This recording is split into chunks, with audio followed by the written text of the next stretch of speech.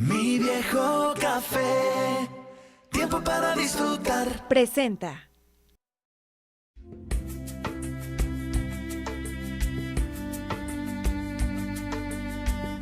¿Qué tal? Muy buenas noches. Hoy en Un Café con Mariloli platicaremos con un gran personaje de la vida cultural y artística de Puebla, pero más que eso, con un gran ser humano, el maestro Lascarro.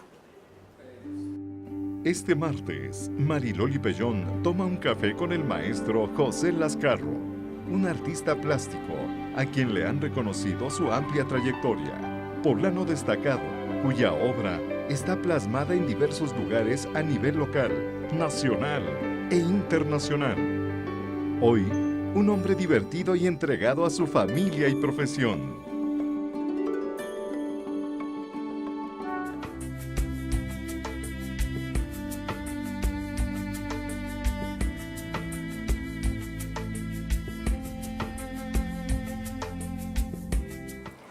Muy buenas noches, es un gusto y un placer el poder tomar un café, el invitar un café a una gran personalidad poblana, nacional e internacional. Maestro José Lascarro, ¿cómo está? Pues muy contento de ser entrevistado esta noche con una persona tan bella y tan alegre como siempre. Muchas gracias, maestro. Muy feliz. Usted nace en Puebla. Nací en Puebla, en el año 1941. En el corazón de la ciudad. Así es, era el corazón de la ciudad de Puebla, allí en la 14 Oriente, a 100 metros de Casa Aguayo. Todavía existe la casa. Pleno corazón. Pleno ¿Todavía corazón. existe la casa? Todavía existe. ¿Y es de usted o de su familia? Ojalá, ¿Ya no? No, la casa existe y curiosamente puedo recordar perfectamente todos los lugares, cómo se llamaban las personas que vivían ahí. Yo tenía... ¿Quiénes eran sus vecinos? Pues era una familia de apellido Molina y había una farmacia muy cerquita que yo tenía... Ya había hecho yo como cierto miedo porque me llevaban a inyectar. Ay, no. Que era de un doctor que se llamaba Toño Matamoros. La familia Molina que vivían enfrentito. Y mi familia, que eran los Toqueros, Lascarro, pues sobre todo los Toqueros, que era familia de mi mamá. También era una calle que todavía existe, que tiene Las Palmeras y un corte en talud. Era como la entrada de Puebla, viniendo de Amozoc, de toda esa parte. Era la calle principal en ese momento, con el Jardín de San Francisco. Que todavía había río. Todavía había río, obvio. Ajá. Sí estaba el puente de Nochebuena, el puente, estaba La Luz, estaba el puente de Analco. Todo eso todavía existía antes de que lo entubaran. Así que sí, tengo esa memoria de mi primera niñez y después, pues, toda la familia fuimos a México. ¿De sus papás qué recuerda? Bueno, ellos, aunque vivimos toda la vida en México, en el Distrito Federal, siempre... ¿Por qué se fueron para allá? Mi papá tuvo un trabajo en México que le ofrecieron y pues, obvio, pues nos fuimos todos. Entonces yo ahí estudié, pues, toda mi formación en la escuela fue allá en México. Kinder, primaria, secundaria, sí, así es. Preparatoria Todo. Y carrera. Y carrera, sí. Todo en México. Todo en México. Entonces yo recuerdo que había un poquito de... yo nunca pensé que iba a ser un artista plástico dedicado a esto, ¿no? Sí. No sabía qué cosa quería realmente. Lo que sí que tenía una completa inclinación hacia las cosas que fueran arte. ¿Le gustaba dibujar? Me encantaba. Entonces, digamos, yo recuerdo mis primeros regaños es por haber pintarrajeado las paredes de Por la ejemplo. casa. Sí, era este niño ya no está rayoneando. Y no entendían que era una obra de arte, por ejemplo. Pues no me pelaban. Pero hubo una cosa interesante. Ya pasó después de muchos años. Había un kinder que era donde yo fui. Se llamaba Herbert Spencer. Estaba allí frente al Jardín de San Fernando, allá en la Colonia Guerrero. Sí. En la ocasión de que yo ya era maestro en la Esmeralda, en la Escuela Nacional de Pintura y Escultura, curiosamente el kinder estaba como a 2 calles, o sea, ahí existía todavía.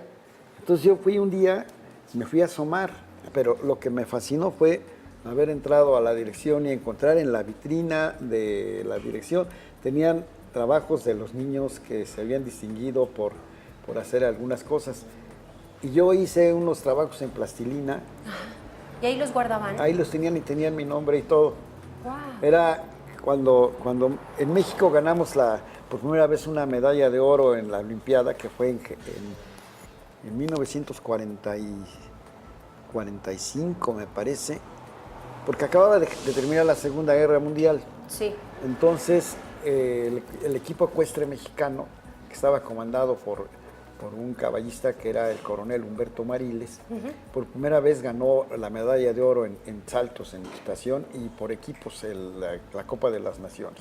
Entonces les hicieron un homenaje cuando regresaron triunfantes de la Olimpiada en lo que era el Estadio Nacional, Sí. que después lo tiraron y que después ahí hicieron el multifamiliar que estaba ahí todavía. Estaba el cine estadio, en fin. Entonces me llevaron mis papás al homenaje de Mariles y a mí me impresionó el salto del caballo. Yo llegué al kinder y estaba yo ahí, entonces hice el caballo con el jinete. ¿En plastilina? En plastilina. Qué bárbaro. Y les maravilló a las maestras y todo esto. Y ahí lo tenía, entonces la verdad sí era una primera referencia de que en algún momento se pudiera pensar que yo tenía algo de talento para eso. Algo, nada más algo. Sí, pues sí, digo, recordando las cosas así en la niñez. ¿Cuántos hermanos fueron? Nada más fuimos dos, mi hermano y yo. Hubo una niña que nació, pero murió muy chiquita por un accidente que tuvo mi mamá. Y murió a los 4 o 5 horas de haber nacido y ya. Entonces nada más 2 hermanos. 2 hermanos. Él no se dedica a esto. Él mucho tiempo él es un experto calígrafo, pero en realidad era un diseñador gráfico y todavía de pronto lo hace, aunque ya está dedicado a otros negocios y en fin, y él muchos años lo hizo. Sin embargo, no, pues realmente la única persona que se dedicó a esta locura fui yo. Cuando sus papás se dan cuenta que tiene tanta locura, como dice, ¿cómo lo apoyan? En principio, no sabían. O sea, yo cuando entré a la normal de maestros era porque mi mamá había arreglado que pudiera yo entrar y no sé qué, porque en ese tiempo no había de otra. O entrabas a la normal de maestros o entrabas a la UNAM o al Politécnico. Sí. No había Ibero, no había Anáhuac, no había ninguna Nada. de esas. Entonces, y era muy difícil entrar. Y la normal era como una especie de escalafón. Entonces, pues yo entré a la Escuela Nacional de Maestros, que era una escuela preciosa, yo me enamoré de esa escuela. Lo que pasa es que me hacía yo una autoimagen y en mi ser decía, es que yo no me encuentro para ser un maestro. De hecho, pues sí, efectivamente, no era un maestro como de banquillo, de enseñar, pues no. Claro, sí, Entonces, de pupitre. sí, en cuanto pude, entonces me pasé al Poli, porque pensaba yo que la ingeniería me iba a funcionar muy bien. Pues el Poli me encantó, en fin, empecé a jugar allí fútbol americano, estaba yo encantado. Pero vino una huelga espantosa que duró más de un año. Y vámonos. Y vámonos. Se tuvo que salir. Entonces, y como no había ya más opciones, la última pues era la UNAM. Pero no admitían a nadie del Poli en la UNAM, por obvio la mala fama. No, y el sobrecupo que se También. les podía armar. Así que si yo llegaba y decía quiero entrar a estudiar a cualquier carrera de la UNAM, pero ni de chiste. Entonces yo tuve que decir cierta mentira. Bueno, no era mentira, pero yo dije que venía. Piadosa. Sí, que venía yo de la normal. Claro. De maestros. Entonces, Además, pues su origen. Sí, aparte. Entonces de inmediato me admitieron, pero también había un problema. Resulta que como yo había hecho la secundaria y la normal, pues entonces obvio, pues me estaba faltando la prepa. Claro. Entonces hubo un convenio en esos, porque en ese tiempo las carreras de música, danza y artes plásticas, como que estaban consideradas como carreras, ¿Como complemento? no precisamente, pero consideraban que en su momento no necesitaban prepa. Pero fue justo cuando dijeron, no, pues sí necesitan prepa. Hay todo bases, como claro. cualquier carrera universitaria. Entonces yo me tuve que soplar la prepa y la carrera de artes plásticas al mismo tiempo. pues fue muy interesante, fue muy bonito, porque entonces iba yo en San Carlos y hacía las materias que se necesitaban de la preparatoria al mismo tiempo. Y cuando yo llegué a cuarto año, porque no eran semestres, eran años en San Carlos, por fin ya estaba yo regular y estaba yo muy contento de ser, digamos, estudiante de la Escuela Nacional de Artes Plásticas, la Academia de San Carlos, que era la que tenía toda la tradición y donde habían estado estudiando todos los grandes artistas de México. De su niñez, ¿qué recuerda? Lo más significativo, ¿fue travieso? Sí, fuimos muy traviesos, mi hermano y yo, pero a tal grado que ¿Lo regañaban mucho? Sí, veníamos a Puebla de visita con los familiares que teníamos en Puebla y nos tenían miedo. ¿A poco? Sí, Pues, ¿qué hacían? Por ejemplo, era una comadre de mi mamá que tenía sus cultivos en el pueblo de Santo Tomás Chautla. Y se los echaban a perder. Sí, porque ponían en la troje, me acuerdo que había, que almacenaban la mazorca. Sí. Y como me decían Pepe o Pepito o Pepucho, obviamente mi hermano y yo éramos los Pepuchos. Y nos tenían, pero verdadero pánico, porque éramos como la rabia.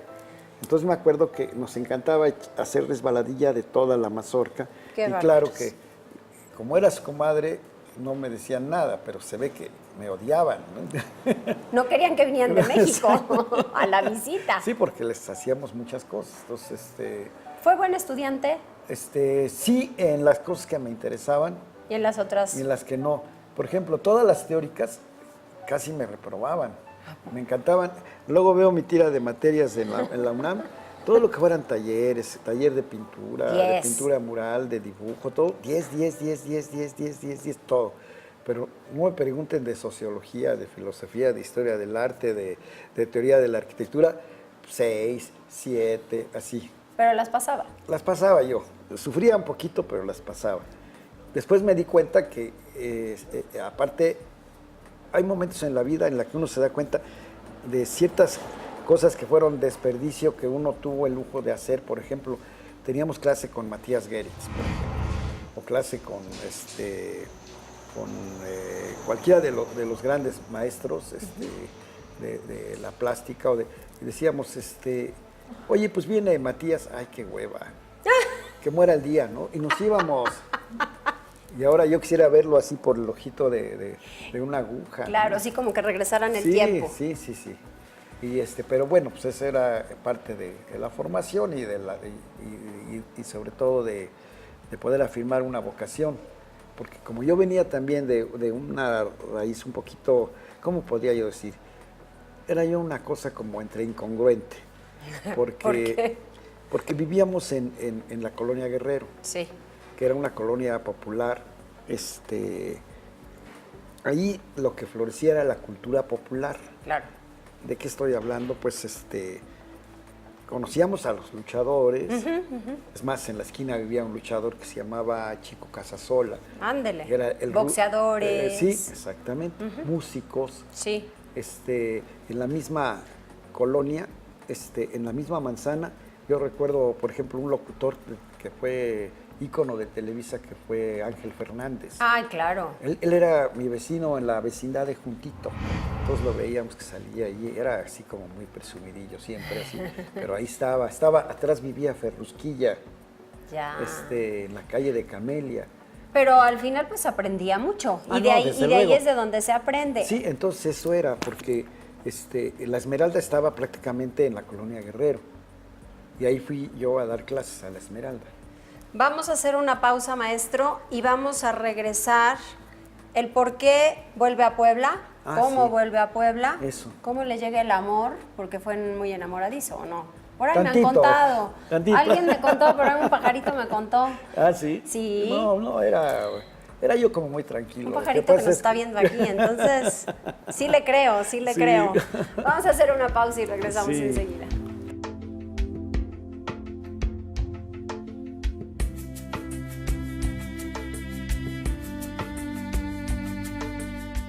Mi viejo café, tiempo para disfrutar. Continuamos.